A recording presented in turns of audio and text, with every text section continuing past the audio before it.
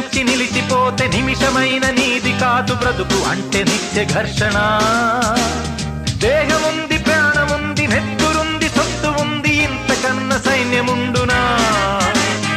ఆశ నీకు అస్త్రమౌను, శ్వాస నీకు శస్త్రమౌను, దీక్ష కన్న సారెదెవరురా? నిరంతరం ప్రయత్నమున్నదా? నిరాశకే నిరాశ పుట్టదా? నిన్ను మించి శక్తి ఏది? నీకి నువ్వు బాసటైతే